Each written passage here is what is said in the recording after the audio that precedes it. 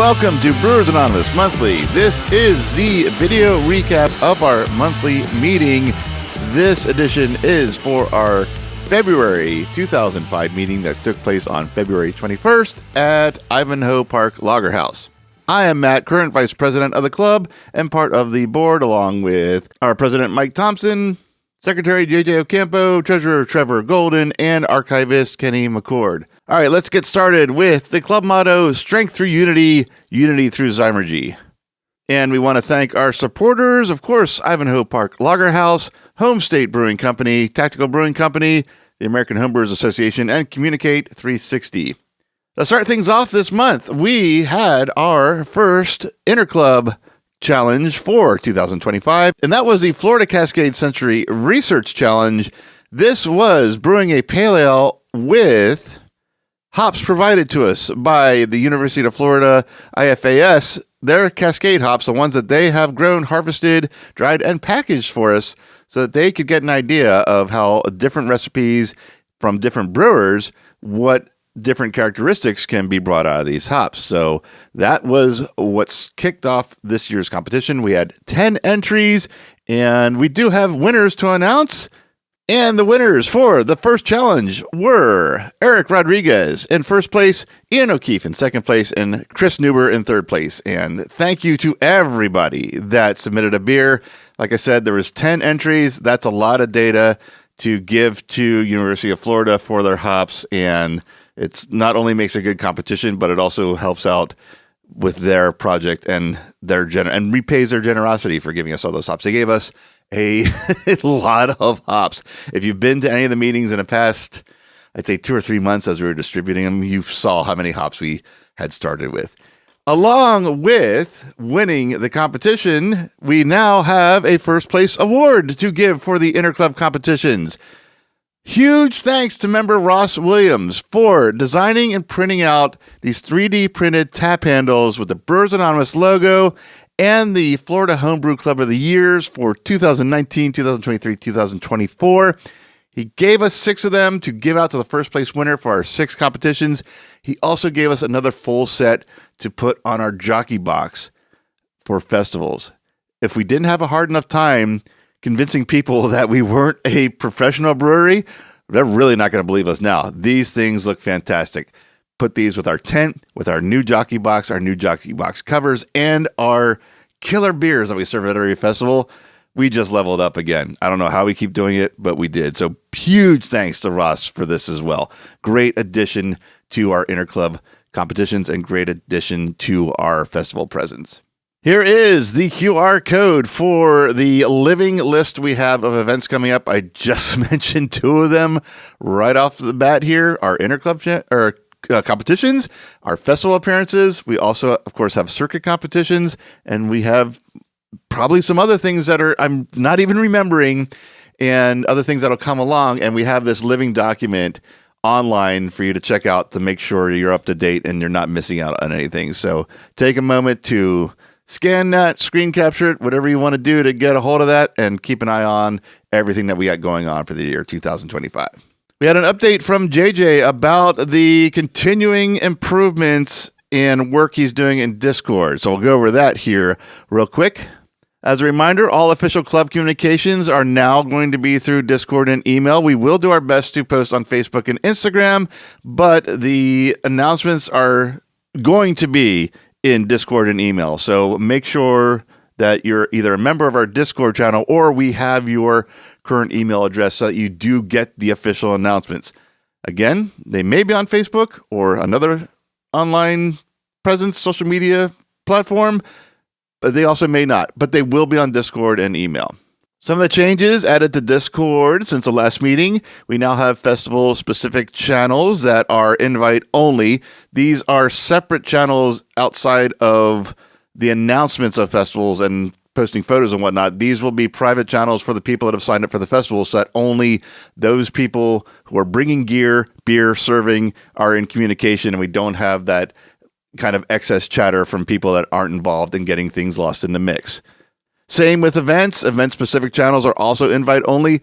Same situation. If you're involved in an event, you'll be added to that channel. If you're not, you won't be seeing unrelated information, and you won't be able to post unrelated information. It's just for that event, for the people attending that need to know what's happening or need to communicate with each other. We also want to remind everybody, it is time to renew your memberships. It was actually time at the beginning of the year. We didn't talk much about it, or even at all, I believe, in the January meeting. So in February, we're reminding everybody, renew your membership. Renew your membership now. You'll be good for the rest of the year. And here is the code to get you directly to that. If you don't use QR codes, go to brewersanonymous.org website and click on the membership tab, and that'll take you to the same place so you can renew your membership for 2025. We have a considerable amount of updates when it comes to competitions. In fact, I think we have everything except the last one, Best Florida Beer. Let's start off with Coconut Cup. Coconut Cup is full, has been full. Beers have been delivered. We're waiting for judging now to complete, and then the award ceremony on Saturday, March 15th, 2025. Thank you, Chris Neuber, for taking our entries down. It is a long drive to Miami. I've done it to the exact place he dropped the beers off at, and I truly appreciate him taking that one this year. Speaking of that, I'm not sure if I'm going to the award ceremony this year. I did go last year. I enjoyed meeting the guys at MASH. Spanish Marie Brewing is very unique. There's also Tank Brewing, not terribly far from there.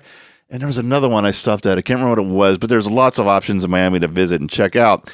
What we are trying to do, though, regardless of people going or not, we will be doing group streaming chats on Discord. I'm not quite sure what the term is called.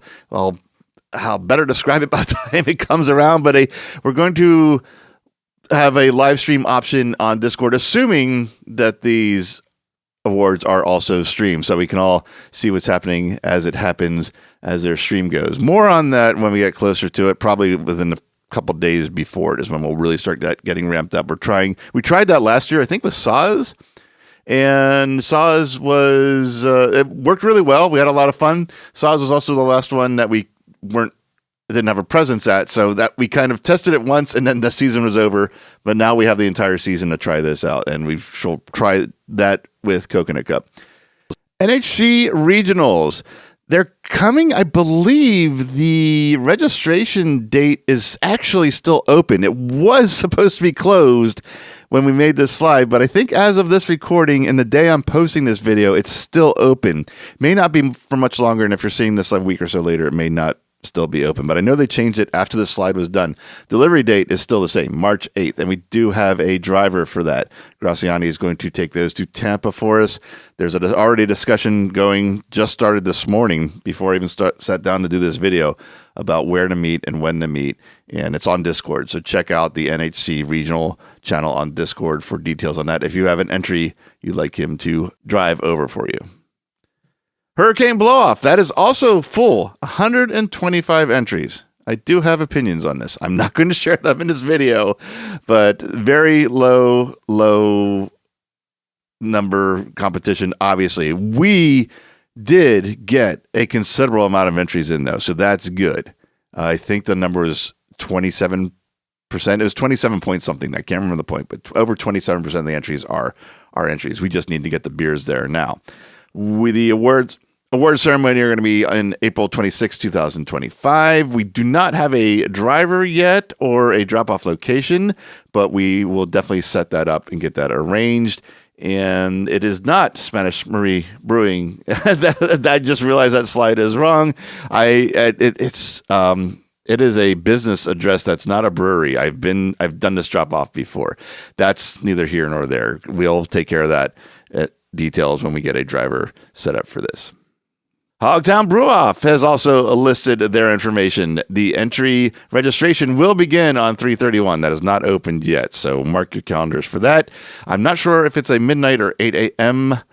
entry. I will find out, and it will be shared in Discord. Delivery date will be a month after that, basically, on 4/30. No word on location. I know it was at Blackadder Brewing in Gainesville last year.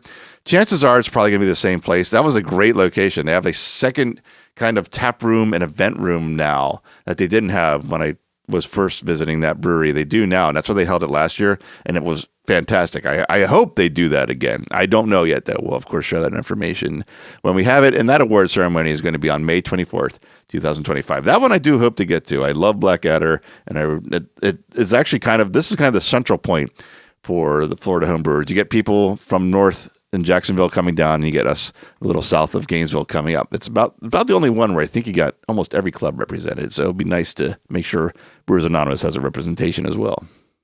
And then our own Hot and Humid. We have our dates. Entry registration begins May 5th. It will be an 8 a.m. registration. I know that because I am setting up and coordinating with Chris this year. So that is going to be 8 a.m. That's not going to be a midnight.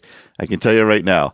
Delivery entry will be 5:17 to 5:30. I am going to lock the entry updates on 12:29 so that I can start working with Chris to plan for flights if we have any virtual judges and start shifting around entries for styles we have to combine and whatnot. Gives us an extra day before bottle sort, which is going to be on the 31st. That's actually on the next slide. I jumped ahead a little bit.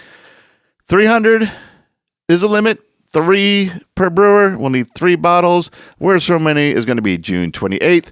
The best news of this is that we have gotten an agreement with Ivanhoe Park Lager House to do all the judging and the awards ceremony there. Home State really helped us out last year, and this is no complaint of Home State. This is a complaint of how ungodly hot it is in Florida. We did have to judge outside. First half of the day was usually okay. Second half got a little brutal. It'll be nice to be inside. So I do want to take a moment again to thank Home State for getting us out of the bind we were in last year. But I'm also happy to thank Ivanhoe Park Lager House for agreeing to help us out this year. This is going to be one of the bigger, I think, Hot and Humids that we've done in a while. It's not bigger in terms of the entry size as you see, but we have some things that we're going to add that we haven't before, and we're going to work out the live stream this year.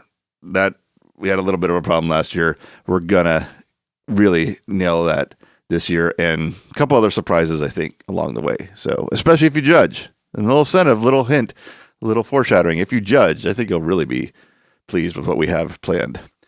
Speaking of that, I didn't even mean to segue that, but here are those judging days. Bottle sort is going to be on Saturday, March 31st. Then the following 3 weekends we have planned for judging. That's June 7th, June 8th, June 14th, June 15th, June 21st, June 22nd. We'll set up 2 sessions for each day, but if you've ever judged not only at Hot and Humid but any beer competition, that doesn't necessarily like if you sign up for the 10 o'clock and then the 1 o'clock, you might also have a flight at 2 o'clock or at 11. It's just to kind of separate people that want to just help out in the morning or the afternoon or both. So I'm just throwing that out there because if you've judged, you've probably noticed that's not necessarily exactly the only thing you do. It may be. It all depends on what we have and how many people we have as well. And if you're not thinking of actually being a judge and judging the beers, but you want to help out, please come by.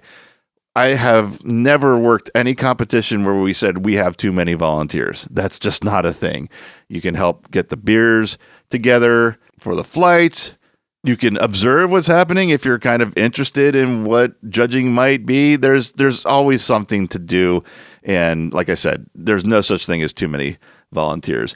Then our best of show is planned for the 28th, the morning before the awards. But of course, if we happen to get ahead, I have a good feeling we're going to have a lot of judges this year because we're going to have the judging exam we're hosting. And not only do we have quite a few people from our club that are going to at least hoping to sit for the exam and will want to get this judging practice, we also have, I think, just as many from SAS have signed up for that as well, and they'll definitely want to get some practical judging in. So I think we're going to have not only I don't know this for sure, but I expect Cass to come help us again. We have a very good working relationship with them when it comes to competitions.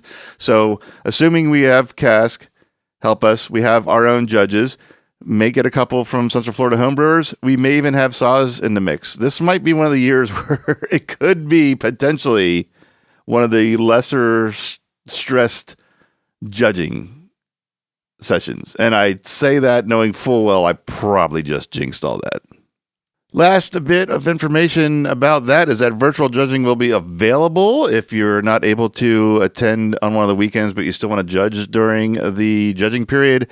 And those will be set to be open from June 1st to June 22nd. So more on that, a lot more on that coming in the next few months. So, but we're set up and ready to go. And I'm pretty excited about a lot of the things we're doing for Hot and Humid this year.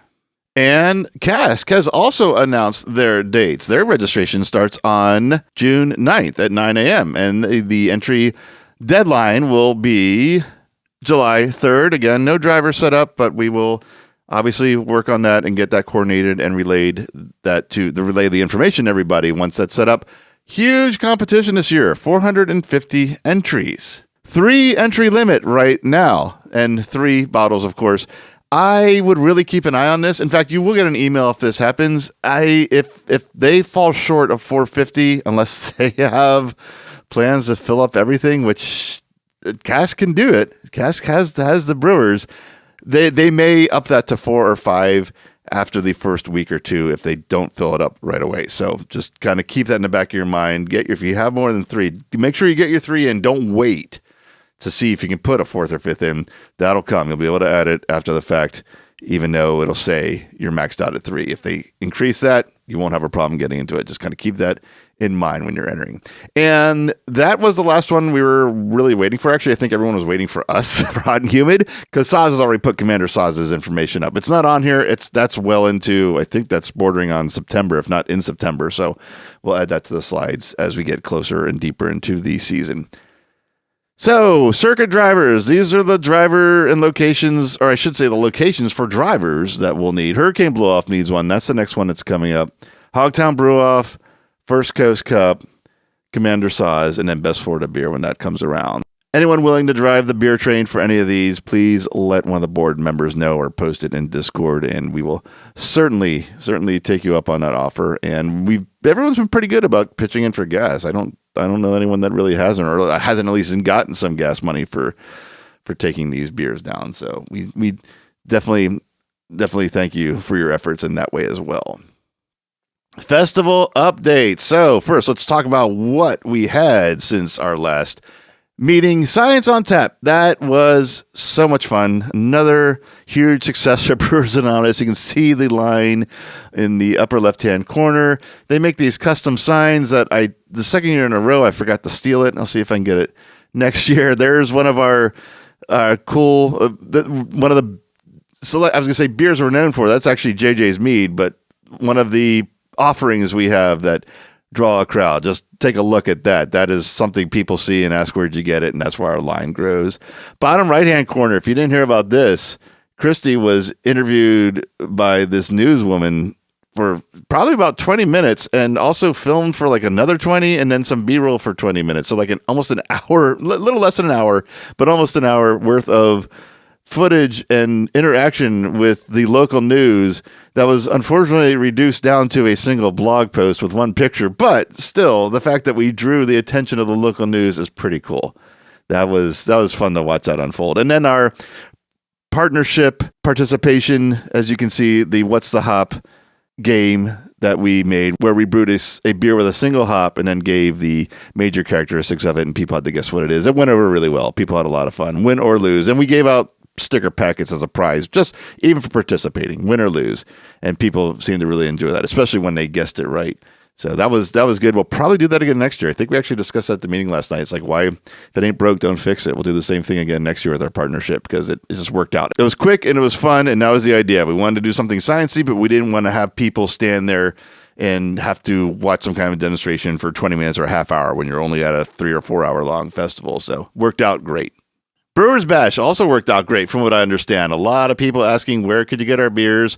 That's a problem we have. It's a good problem to have, that people do not believe we're not a professional brewery, which I can understand just looking at those pictures on the top row. The tent looks great. The cover looks great.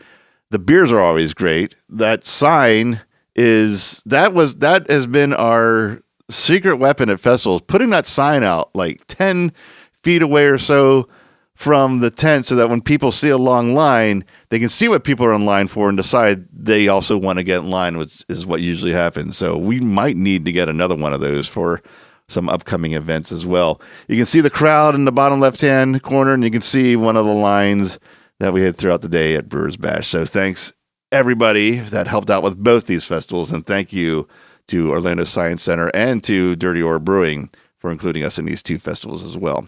We have some coming up. Hamlin is the big one. We've talked about this since the day we left Hamlin. This is like, if we're ever going to have anything close to a festival that's ours, I think this is it. We've got a lot of beer planned for this, a lot of fermented beverages planned for this, to say that it's not going to be just beer. And our signups are closed. It filled up fast for our club. It's March 29th. It's in Winter Garden, very close to Home State Brewing. We had a fantastic presence last year, as you can see from the pictures of the trophy and the line on that right-hand picture there on the bottom.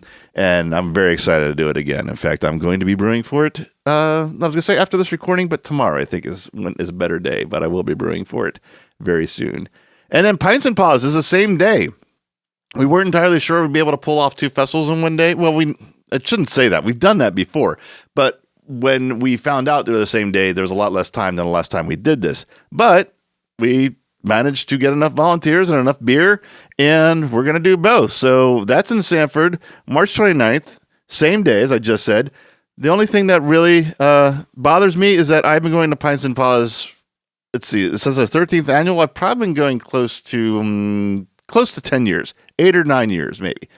This will be the first time in that streak that I'm not going because I'll be at Hamlin. That's the only thing I'm really upset about with this, because I do love this event. But it is what it is. Hamlin is a can't miss for me. And Brews Around the Zoo has been announced. It's going to be on April 12th. We have submitted our registration for that, and we do have the signups opened on Discord. So if you're interested in participating in that as a brewer or a pourer or both, check out the form on Discord. Make sure you fill that out so that we have the ongoing list of who is going to participate in these festivals.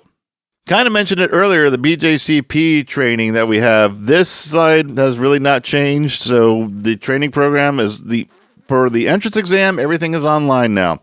The tasting exam is building, but honestly, the best thing you can do to train for that is practice. Practice your score sheets, practice your evaluations, your descriptors. It's really in your hands after the entrance exam.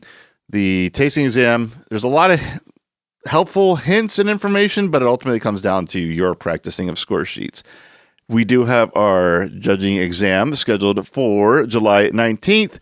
We have 10 seats now. It was 8 when I made this slide. It's 10 now. 10 are reserved. If you want to do this, let David know. Contact him to the BJCP calendar website email. I know that's a very cumbersome way to do it, but that's the way we have to do it right now. And what else is there to say other than the fact that if I can't imagine you don't know this by now, because I'm a broken record like this, and I will continue to be a broken record about this, you need to pass the online entrance exam in order to sit for the tasting exam. So if you haven't done that yet, you need to do that. And if you haven't prepared for it, you need to prepare for it. Everybody underestimates this exam. You just don't, no one believes me until they take it and they go, hey, that was really hard. I'm like, yeah, I've been saying that for a year. But anyway, so along with that, judging opportunities are starting to roll around. Coconut Cup is the first one. They're the ones who had their dates posted. It's all at Spanish Marie Brewery. That's Miami. It's a haul from Orlando. I'm not going to pretend it isn't. But if you want to get practical judging in outside of commercial beers that you're judging yourself, here's an opportunity to do it. They will definitely love the help. Again, going back to something earlier in this slide, no competition has ever said we have too many volunteers. So if you're serious and you really want to get some practical experience in with homebrew, here's an opportunity. There's 3 weekends of this. Spanish Marie Brewery is a cool brewery. They have an interesting selection. It's not for everybody, but it's not the only thing in town as well. So you can check out some local beers there while you're there as well. Then conversely now, Hurricane Blow-Off, 125 entries. I'm thinking, and this is just me thinking, I don't know, I'm thinking they catered that to the resources they have on hand. That might be a festival that may have too many people. I doubt it, but with that being such a low number, it seems to me they've made it to fit with what they can handle without any outside help. I'm not saying don't go and help them. I'm just kind of sharing that possibility. It may be a drive for less experience than you're going to get at Coconut Cup. This is all speculation, so I could be completely wrong on this. So do what you will with that information from my speculation. Okay. I don't know how many people have asked me, where did I get the shirt I am wearing at the club meeting? And it could be almost any one of these shirts, these designs at least, not the actual cut of these shirts. This is where I will be getting them from now on. This is the same place I've got my shirts made, and now we have our own store. It is our merch shop. Everything on here is customizable. Black is default, but there's a whole selection, an array of colors you can pick. You can even, if you don't like, let's say you don't like the logo on the left side of your chest, you like it on the right, you can move it. You can redesign things, place them in different orders. You can do, there are so many products and so many choices on this. It's Spreadshirt. I think I failed to mention that. It's ridiculous. And I loved Spreadshirt for a while. I know everybody's got their own opinion about these online retailers and on-demand printers. For me, Spreadshirt has worked for everything I've done. I've been using them for years for a lot of things. I'm actually wearing a Spreadshirt shirt right now. I just realized that. You can't see it, but I'm wearing one. What I really like about these, just as kind of a personal bit of advice, they have a shirt that it says it's their premium t-shirt. In fact, that's the one you see on the bottom left-hand corner. Their premium t-shirts are actually, I believe, one of the cheaper shirts. Not the cheapest, but cheaper shirts. But they're this poly cotton blend that is so comfortable in the Florida heat. I like wear one of those Spreadshirt premium t-shirts exclusively at the festivals because they have just enough breathing in. They're not like a wicking running shirt. They're kind of in between. They're so soft and comfortable. I sound like a commercial, but I really do like these. They're very comfortable, but the amount of breathing these shirts can do, especially at a festival in a Florida heat, is like, it makes it so much more bearable than a cotton t-shirt. So I have a slew of these Spreadshirt shirts with Brewers. I think I have 4 altogether right now, and with some more choices here and different designs, I am probably going to increase that as well. But if you want one of these, there's the QR code. The URL is, I believe, actually, you know what? I'm not even going to try to guess at it because I'm going to lead you to the wrong place. Here's what I'll tell you to do. If you can't scan this code, go to brewersanonymous.org, our website, and in the menu where it says home, about us, and all those things, there's now a link that says merch, and I'll take you to this directly to the store. Takes you right there. So I'm not even going to try to guess what the weird URL is on this. So scan the code or visit brewersanonymous.org and check out the shirts and design one. And the people have asked for this for years. We finally got it online and ready to go. And that leads us into the 2025 Austin P. Harris Brewer of the Year Award. And these are the standings as of the February Interclub competition. So if you were at the meeting in February, you saw a different list, and you're not misremembering. It was different because it is now shifted a little bit with the points from the first and second place of the February challenge. And right now, Eric Rodriguez is in the lead with 20 points. John Sather is behind him in second place at 12 points. And behind both of them is Ian O'Keefe with 10 points. We have just started. We don't even have our first official competition yet. And this has already changed twice. This is going to be a fun year for everything. Not only the club in the circuit, but for the individuals in the club as well. So exciting start to the year. Really looking forward to 2025. We also have a link tree set up now.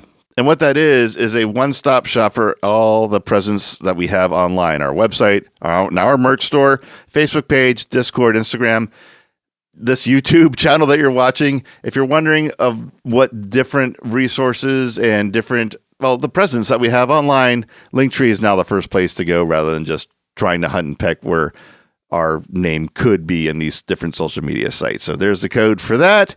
And one more time, here's also the code to renew your memberships. I don't want to miss out like we did January, reminding you that memberships are due. So we did it twice in this presentation, apparently. So renew your membership, please. That we run, basically our income is 2 things: membership fees and Hot N Humid. So we need that to continue to do these things that we just discussed in this monthly presentation, month after month after month. And on that note, I will say thank you. That is it. Our next meeting is March 20th at Homestay Brewing Company. I hope to see you there. And until we do, thank you for watching and hope to see you in that next meeting.